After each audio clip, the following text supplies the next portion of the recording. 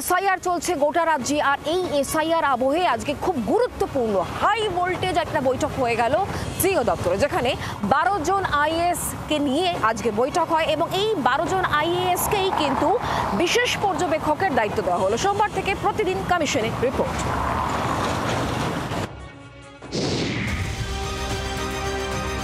রাজ্য জুড়ে এসআইআর বা বিশেষ নিবিড় সংশোধন শেষের পথে। ইতিমধ্যেই ভোটার তালিকায় ভূত নিয়ে গরম বঙ্গ রাজনীতি। যে কোনো মূল্যেই নির্ভেজাল তালিকা করতে মরিয়া কমিশন।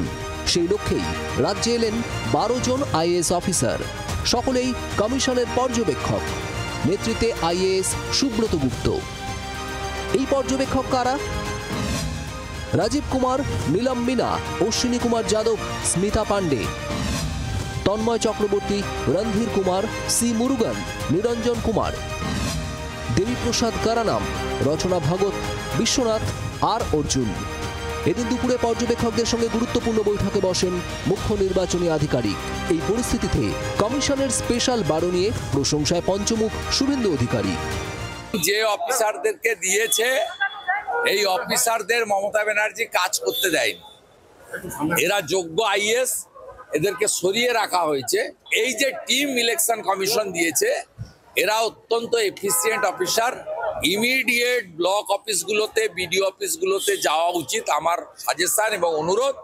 যে শুভেন্দু অধিকারী এত বড় বড় ডায়লগ দিলেন 1 কোটি ভোটার, আজকে যখন সাংবাদিকরা তাকে প্রশ্ন করলেন 1 কোটি ভোটার নিয়ে, তখন তিনি এই বিষয়ে কোনো মন্তব্য না করে তিনি এখন ধরেছেন যে নির্বাচন কমিশনকে আরও সক্রিয় হওয়া উচিত।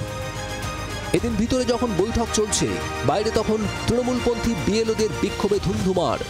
ধস্তাধস্তিতে অসুস্থ হয়ে পড়েন কয়েকজন বিএলও। এদিন মৃত বিএলও জাকির হোসেনের পরিজনরাও বিক্ষোভে যোগ দেন। এসআই যদি করার ইচ্ছা ছিল করতে পারত। 21 থেকে 23 পর্যন্ত নির্বাচন ছিল না।